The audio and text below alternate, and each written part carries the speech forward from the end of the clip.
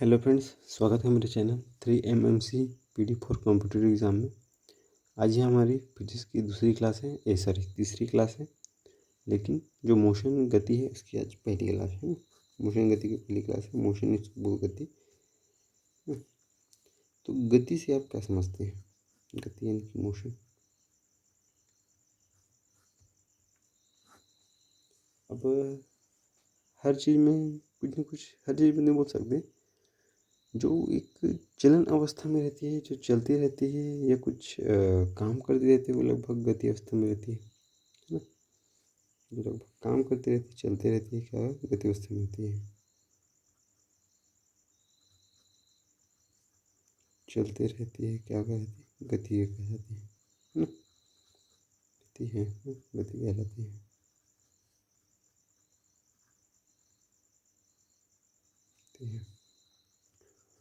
अब थोड़ा सा इसके आगे जाते हैं। सबसे हम देखते हैं सदिश राशि और अदिश राशि। पहले देखते हैं अदिश राशि।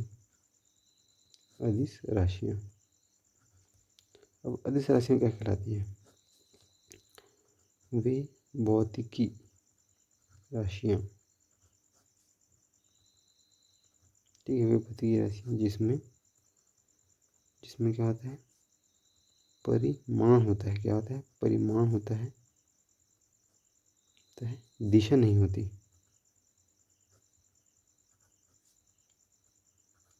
है अदिश राशि कहलाती है।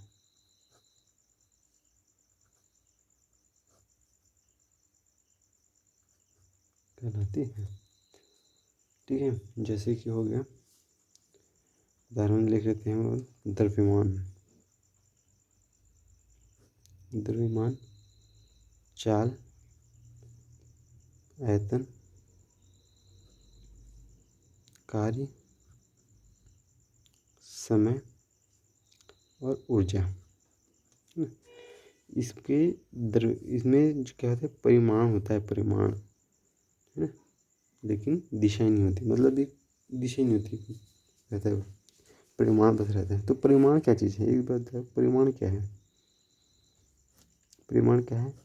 मतलब किसी चीज़ को कि अंकीय मान बना, चीज़ों को हम अंक में ज्ञात कर सकते हैं। अंक में ज्ञात कर सकते हैं, बता सकते हैं।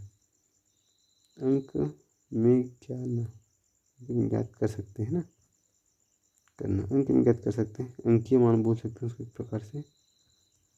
अंकीय मान, उदाहरण जैसे द्रव्यमान है। द्रव्यमान को क्या बोल सकते हैं कि टमाटर 1 किलो, बोलते हैं कि टमाटर 1 किलो दीजिएगा। इस प्रकार ये एक क्या है? एक अंकीय मान है। ग्राम में बोलेंगे तो 1000 ग्राम हो जाएगा। चाल भी एक अंकीय मान होता है। अब कहते हैं राम ने 40 किलोमीटर पर आवर की स्पीड से गाड़ी चलाई, तो 40 का एक अंकीय मान हो जाएगा। आयतन में कहते हैं किसी घन का आयतन, घनाभ का आयतन, वर्ग, घन घनाभ का आयतन। कार्य में भी एक ऊर्जा रखती है कि वो इतना काम किया है, ठीक है। समय में भी एक अंकीय मान रहता है कि 10 मिनट से काम कर रहा है, ऐसे बोल सकते हैं। फिर कोई समय पूछे तो बता सकते हैं कि समय इतना हुआ है ना। ऊर्जा पूछ देते हैं तो ये भी एक ऊर्जा है जो कि 746 वाट, मतलब कि 1 हॉर्स पावर होता है। 1 हॉर्स पावर इसको बता रहा है, इतना वाट का होता है करके, 746 वाट का, है ना। इसी प्रकार एक क्या है? परिमाण के एक अंकीय मान। इसमें दिशाएं नहीं होती, लेकिन दिशा नहीं होती, परिमाण बस होता है। इसका इसको बोलते हैं परिमाण। और फिर हो गया जिसके जस्ट विपरीत, अगर किसी चीज़ की, है ना, वे राशि जिसमें दिशा तथा परिमाण दोनों मौजूद हो,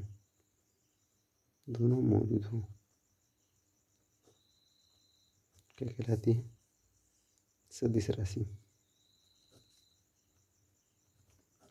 राशि है, कहते हैं। पूरा लिख लो, कहते हैं। उदाहरण देख लेते हैं। क्या क्या उदाहरण होते हैं? वेग, विस्थापन, बल, त्वरण। वेग, विस्थापन, बल ले लेते हैं, त्वरण। आदि क्या होती है? वेग, विस्थापन, बल, त्वरण। यानी कि कोई वेग हो गया, विस्थापन हो गया, बल, त्वरण में क्या है कि दिशा और परिमाण दोनों होते हैं और बहुत सारे हैं। पहले चार जो है बेसिक्स हैं। अब इनसे मिलकर बहुत सारी चीज़ें बनेंगी जो ये यूज़ होंगे। त्वरण यूज़ हो रहा है, बल यूज़ हो रहा है, विस्थापन बल और वेग जो यूज़ हो रहा है, उसी में और भी कई बहुत सारी चीज़ें बनेगी। वो चीज़ें भी क्या होगी? सदिश राशियाँ होगी। तो क्वेश्चन बहुत पूछता है कि सदिश अदिश है, सदिश राशि कौन सी? अदिश राशि एकदम बेसिक्स है ये फिजिक्स के। ठीक है, अब हम थोड़े से आगे बढ़ते हैं, इसी में टाइम पास नहीं करेंगे। अब है दूरी। क्या कहते हैं? दूरी। दूरी क्या होती है जी? दूरी तो आप जानते ही होंगे। तय किए गए मार्ग की लंबाई, सिंपल भाषा में तय किए गए मार्ग की लंबाई दूरी कहलाती है।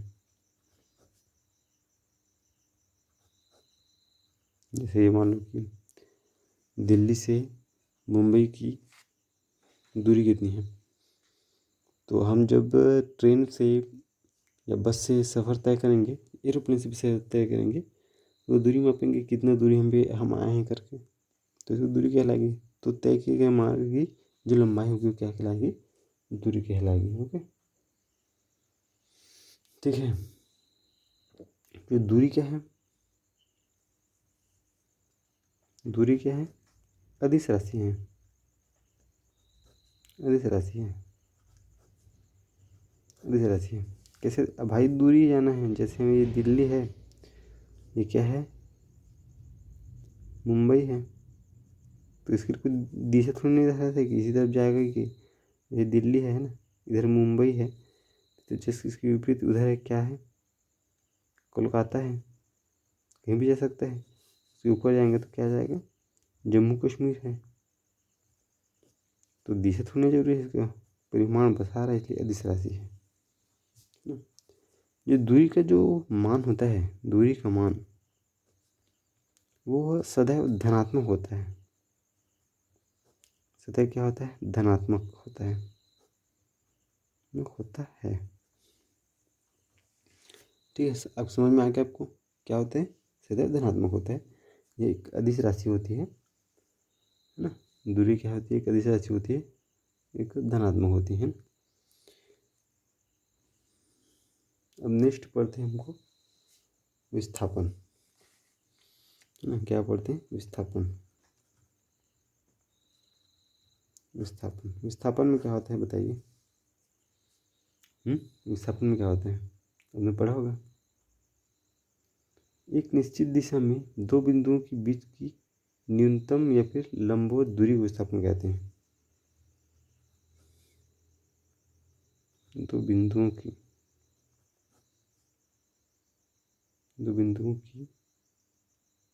बीच की लंबवत या न्यूनतम जो दूरी होती है वो क्या कहलाती है? विस्थापन कहलाती है ना।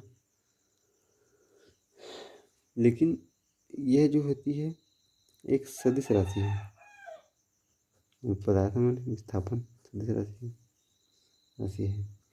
यह जो होती है दो बिंदुओं के बीच परस्पर लंबवत दूरी एक निश्चित दिशा में जाती है, एक निश्चित दिशा में, इसे बोलना चाहिए था, सॉरी। एक निश्चित दिशा में दो बिंदुओं के बीच की लंबवत दूरी कहलाती है। क्या कहलाती है? सदिश राशि कहलाती है। जैसे दूरी क्या होती है? कि धनात्मक होती है, सदैव धनात्मक होती है। वैसे इस विस्थापन का मान 3 हो सकते हैं। ठीक है, तो ऐसी है जो विस्थापन का जो वैल्यू है, विस्थापन का क्या है? मान है, वह धनात्मक भी हो सकता है, ऋणात्मक भी हो सकता है, शून्य भी हो सकता है। इसको आपको जरूर याद रखिए कि विस्थापन के वैल्यू धनात्मक ऋणात्मक शून्य हो सकते हैं। विस्थापन सदिश राशि होती है और एक निश्चित दो बिंदु की निश्चित दूरी क्या है कहलाती है ना। अब मैं थोड़ा सा, जैसे ये एक बिंदु है और ये एक बिंदु है, ठीक है, इन दोनों के बीच की दूरी कितनी है? 50 किलोमीटर है। ये ए है मान लो, इसको बी मान लो, इन दोनों के बीच की दूरी 50 किलोमीटर है। तो कोई वस्तु है, ये वस्तु अगर यहाँ से यहाँ तक खस के यहाँ से यहाँ तक आए तो उसका विस्थापन कितना होगा? 50 किलोमीटर, है ना। अगर वह वस्तु यहाँ से केवल यहीं तक आए तो यहाँ तक माना बहुत 25 है, तो कितना हो जाएगा? 25 किलोमीटर, है ना। अब वेग, दूरी और विस्थापन में क्या अंतर है, इसको थोड़ा देख लेते हैं अपन, है ना। दूरी एवं विस्थापन में अंतर। मान लो ये ए है और ये है बी, इन दोनों के बीच की दूरी कितनी है? 50 किलोमीटर है ना। 50 किलोमीटर लेते हैं। अब हम देखते हैं पहले दूरी। अगर यहाँ से यहाँ तक गया पूरा, एक हम गए एक रास्ते पे बिंदु ए से बिंदु बी तक पहुँचे, फिर वापस बिंदु ए से फिर वापस बिंदु बी से बिंदु ए तक पहुँचे, ठीक है। तो पहले हम ए से बी गए 50 किलोमीटर, फिर तुरंत आए बी से कितने 50 किलोमीटर, तो कुल दूरी हमने कितने तय की? 100 किलोमीटर, ठीक है। 50 गए पहले ए से बी तक, फिर 50 आए, तो कुल दूरी कितना हो गया? पहले गए 50 किलोमीटर, फिर ऊपर से 50 किलोमीटर, कुल दूरी कितने तय की? 100 किलोमीटर, ठीक है। किसके अनुसार तय किया गया मार्ग की लंबाई दूरी कहलाती है। तो 2 बार आ जाए तो कितना कहलाती है? 100। ओके, विस्थापन में देखते हैं, ठीक है। दूरी समझ में आ गई नहीं? पहले गया फिर आया, 50 गया 50 आया, कितने? 100 किलोमीटर हो गया, एकदम सरल। विस्थापन में क्या होगा? विस्थापन में अगर निकले, इसको रेट से बताता हूँ विस्थापन में ना, ये यहाँ से निकला, सेम है ना, यहीं से ले रहा हूँ मैं, लीड में बता रहा हूँ ताकि आपको समझ में आए। दूरी जो है समान है, 50 किलोमीटर है, ये 50 किलोमीटर है। ये बंदा यहाँ से निकला 50 किलोमीटर पूरा गया, 50 किलोमीटर यहाँ से यहाँ तक 50 किलोमीटर पूरा गया, ए से बी तक पूरा 50 किलोमीटर गया, वो वापस आ रहा है बी से ए तक ना आके वह यहाँ इस बिंदु में सी में रुक गया, सी में रुक गया, ठीक है, सी में रुक गया वो। अगर वह सी में रुक गया तो अगर यहाँ से सी की दूरी कितनी है? 20 किलोमीटर है, मान लो बात 20 किलोमीटर है, तो उसका जो विस्थापन हो कितना? खाली 20 ही होगा। ये नहीं दिखेगा कि वो पहले गया 50 किलोमीटर, उसके बाद फिर 30 किलोमीटर वापस आया, ये विस्थापन नहीं है।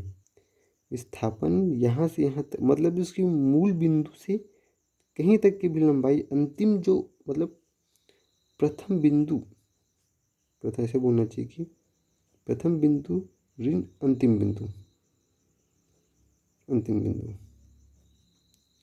प्रथम बिंदु से अंतिम बिंदु के बीच की दूरी, बीच की क्या दूरी है ना। ये प्रथम बिंदु है, ये अंतिम बिंदु है, बीच की दूरी। अगर ये विस्थापन में अगर ए से बी तक जाता पूरा हो, है ना, अगर वह ए से पूरा बी तक जाता, कितना? 50 किलोमीटर गया है, और पूरा वापस आ जाता मान लो बाद 50 किलोमीटर, 50 किलोमीटर गया 50 किलोमीटर आया, तो वो तो प्रथम बिंदु में गया, है ना, फिर वापस आ गया 50, तो उसका कुछ डिस्टेंस ही नहीं हुआ जी, तो 0 हो जाएगा। तो मैंने कहा था ना कि विस्थापन का मान धनात्मक होता है और शून्य होता है। अगर इधर वापस चल दे तो ये मान ऋणात्मक में हो जाएगा, क्योंकि क्या बोला है? निश्चित दिशा में आगे बढ़ रहा है। 50 किलोमीटर गया 50 किलोमीटर आया, फिर इधर आके वापस 5 किलोमीटर इधर आ गया मान लो बाद, तो उसका वैल्यू क्या हो जाएगा? ऋण 5 किलोमीटर, क्योंकि धनात्मक ऋणात्मक शून्य होता है। समझ में आया नहीं आया आपको?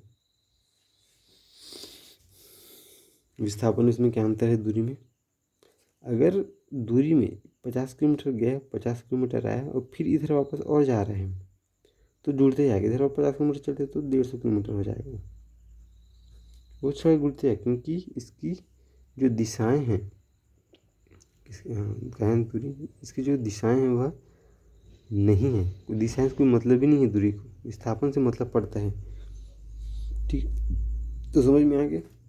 अगर विस्थापन 50 ए से बी तक 50 किलोमीटर गया और बी से ए तक फिर 50 किलोमीटर आया तो उसको विस्थापन कहा जाएगा शून्य हो जाएगा। मतलब कि प्रथम बिंदु और अंतिम बिंदु को याद रखना है आपको, घटाना है। ठीक है,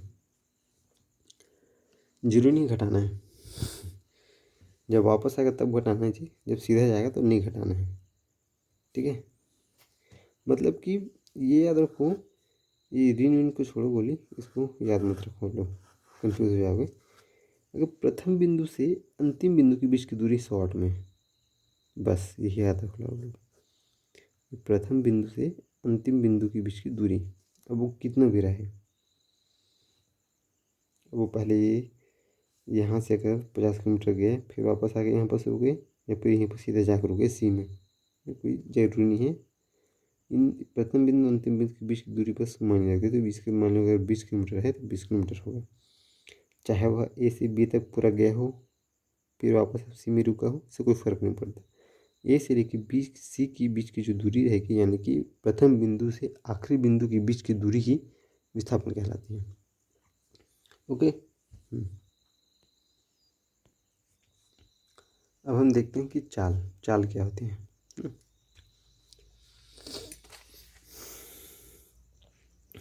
अभी हमने पढ़ा था दूरी, दूरी में क्या किया हमने पढ़ा था, चाल बराबर लिख लेते हैं।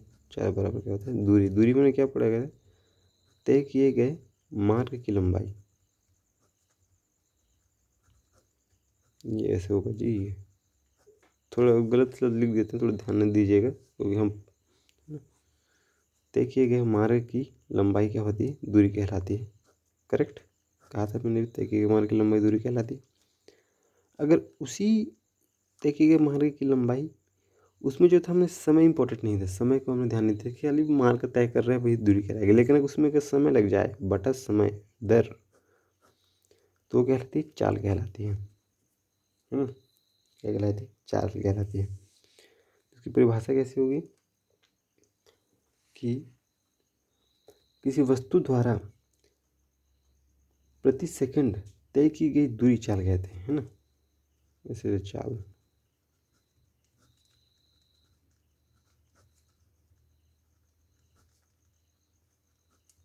किसी वस्तु द्वारा प्रति सेकंड तय की गई दूरी,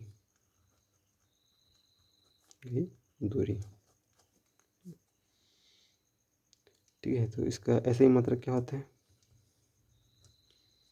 इसको मीटर प्रति सेकंड होता है ना, मीटर प्रति सेकंड। लेकिन इसे एक और मान से प्रदर्शित कर सकते हैं, इसको किलोमीटर पर आवर, है ना, किलोमीटर पर आवर, या हिंदी में से लिखेंगे तो किलोमीटर प्रति घंटा,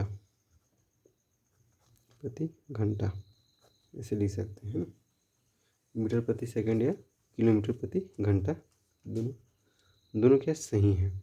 इसको जब न्यूमेरिकल में सवाल को सॉल्व करेंगे तो उसको थोड़ा ध्यान देना पड़ेगा, है ना, कि चेंज करना है कैसे करना है, ऐसे करके। अब थोड़े से, ठीक है, तो ये फॉर्मूला याद रख लीजिएगा। तो चाल बराबर हम शॉर्ट में अगर लिखेंगे तो क्या लिखेंगे, दूरी बटा समय, एकदम शॉर्ट में, क्योंकि हमको पता है कि तय की गई दूरी बटे समय, दूरी को कितने समय में तय कर रहे हैं वो इसकी चाल कहलाती है ना। या तो उसको मीटर सेकंड में लिख सकते हैं या तो किलोमीटर प्रति सेकंड में लिख सकते हैं, है ना। अब दूरी क्या है, दूरी क्या है जी, एक अदिश राशि है ना। दूरी मैंने बताया था कि अदिश राशि है, तो चाल क्या होगी, ये भी एक अदिश राशि होगी, है ना। तो अगर ये पूछ दी जाए कि आपको चाल क्या है, अदिश राशि है, क्योंकि दूरी की अदिश राशि है, समय भी अदिश राशि है, मैंने बताया था आपको। कैसे, कहाँ है दूरी, सॉरी दूरी तो इसमें शायद, दूरी तो इसमें लिखाया था ना, दूरी वाला में एक अदिश राशि है दूरी, समय अदिश राशि, तो ठीक है। उस प्रकार क्या है वह, ये भी क्या है, एक अदिश राशि है ना। अब इसमें एक न्यूमेरिकल को सॉल्व करें एक दो ठो। प्रश्न दिया गया है, एक कार जो है 2 घंटे में 60 किलोमीटर की दूरी तय करती है। ठीक है, 1 घंटे में 60 किलोमीटर। तो क्या क्या दिया गया है, क्या दिया गया है, तो पहले 2 घंटे में मतलब समय दिया गया है। समय कितना दिया गया है जी, 2 घंटों में, 2 घंटा है ना, 2 घंटों में 2 घंटा इधर। दूरी दिया गया है, दूसरा क्या दिया गया है, दूरी है ना, 60 किलोमीटर की दूरी। दूरी कितने, 60 किलोमीटर। फॉर्मूला है, फॉर्मूला मान रख दो जी, चाल बराबर दूरी बटा समय। दूरी बटा क्या हो जाएगा, समय। तो क्या हो जाएगा, दूरी कितनी, 60 किलोमीटर, समय 2 घंटा, भाग दे दो, 2 एकम 2, 2 नीचे है, 2 तिया 6, 2 तिया 6 और 0 का 0। तो चाल कितना हो जाएगा, क्योंकि यह किस में दिया गया है, घंटा और किलोमीटर में दिया गया है ना, घंटा किलोमीटर में दिया गया है। तो यहाँ पर जो मात्रक लगाएंगे वो किलोमीटर प्रति घंटा लगाएंगे है ना। तो क्या हो जाएगा, 30 किलोमीटर प्रति घंटा, मतलब इंग्लिश में लिखा हूँ मैं इसको, आप ऐसे भी लिख सकते हैं, 30 किलोमीटर प्रति घंटा, घंटा है ना। अगर इसी को एग्ज़ाम में ये दे दी जाए, आपको यह देखना है कि यदि ऑप्शन में भी थोड़ा ध्यान दीजिएगा कि अगर ऑप्शन घंटा और किलोमीटर में मांगेगा तो कोई दिक्कत नहीं है, सेम होगा है ना। प्रश्नों को देखना है कि घंटा में दिया है कि किलोमीटर में दिया है, उसके हिसाब से आपको सॉल्व करना है। अगर मान लो कोई यहाँ पर दे देता कि इसको मीटर प्रति सेकंड में निकालो करके, तो कैसे निकालोगे आप? अगर इस सवाल को दे दिया जाए कि मीटर प्रति सेकंड में निकालो, तो कैसे बनाओगे आप?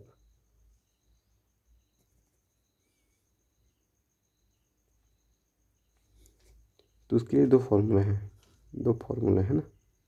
ये मैथ्स का फॉर्मूला है, लेकिन मैं आपको बताया था हूँ ताकि मुझे मेरी तरफ से कोई आपको पढ़ने में दिक्कत ना हो, है ना।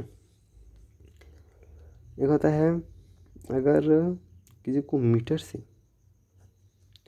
किलोमीटर में चेंज करना है, किलोमीटर में, मीटर से किलोमीटर में परिवर्तन करना है, परिवर्तन करना है, तो चाल में गुणा 5/18 किलोमीटर, सॉरी 18/5 जी, ये 18/5। और अगर किलोमीटर से मीटर में परिवर्तन करना है, परिवर्तन, तो चाल गुणा 5/18। अब इसी को देख लीजिए, एक सवाल दिए, चाल 30 किलो, अगर हम पूछ देते हैं मीटर में कितना दिया है, तब मीटर प्रति सेकंड में, तब हो जाएगा चाल बराबर 30 हो जाएगा। कितना, किलोमीटर को मीटर में, किलोमीटर से मीटर में परिवर्तन, तो 5 इंटू चाल में गुणा 5/18, 5/18 कर दो ना, तो 6 से जाएगा ये तो, ठीक है। तो 3 6 कम 6, 6 3 12, 6 3 18, और ये भी जाएगा 6 दहम। अब जाएगा ये नीचे जाएगा, लेकिन 10 में आएगा है ना, तो उसको इतना ध्यान मत दो, ठीक है। ये कितना हो जाएगा, 10 इंटू 5 50/3, क्या हो जाएगा, मीटर प्रति सेकंड। इंग्लिश में लिख दिया मैं इसको, प्रति सेकंड, ये आएगा इसका आंसर चाल का। तो इसको याद रख लो कि अगर मीटर से किलोमीटर में परिवर्तन करना है तो चाल का गुणा 18/5 से करेंगे। किलोमीटर से मीटर में परिवर्तन करना है तो चाल का गुणा 5/18 से करेंगे। एक और न्यूमेरिकल देख लेते हैं, फिर आज के जो सेशन है उसको एंड करेंगे, है ना। प्रश्न दिया गया दोस्तों कि ए वस्तु, जो एक वस्तु है ए से बी तक जाती है तो 20 मीटर, है ना। एक डायग्राम की मदद से कर लेते हैं पहले। ए बी दूरी कितनी है, 20 मीटर जाती है, 20 मीटर है ना। और क्या होती है, 20 मीटर की दूरी 10 सेकंड में तय करती है, ऐसे यानी कि 10 सेकंड है ना, 10 सेकंड में तय करती है तथा बी से ए वापस आने में 6 सेकंड लेती है ना। तो कुल दूरी क्या कर रहा है, पहले ए से बी जाती है, 20 मीटर की दूरी है, ए से बी 20 मीटर ना, मीटर दे रही ना मीटर, तो ऐसे जाएगी ए से बी की दूरी कितनी 20, मतलब पहले वो ए से बी जाएगा, देन 10 सेकंड में जाएगा तथा 20 ए वापस भी आएगा, वापस आएगा 6 सेकंड में, तो वापस आया तो कितना हो जाएगा 20 ए, कितना हो जाएगा 20 धन 20 यानी कि 40 मीटर। ओके, 20 से 20 कितना हो जाएगा 40 मीटर। अब 40 मीटर है तो समय भी निकाल लेते हैं। कुल समय पहले 20 मीटर जाने में ए से बी जाने में वो 10 सेकंड लेता है, 10 सेकंड है ना, और 20 से ए वापस आने में कितने 6 सेकंड लेते हैं, 6 कितना हो जाएगा टोटल 16 सेकंड। एस मतलब सेकंड, मीटर मतलब एम मतलब मीटर।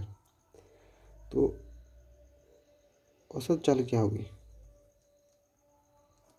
औसत चाल, तो पूछे कि वस्तु का औसत चाल ज्ञात करो, तो औसत चाल क्या होगी, तो क्या होगी कि मैंने बताया था कि तय की गई कुल दूरी,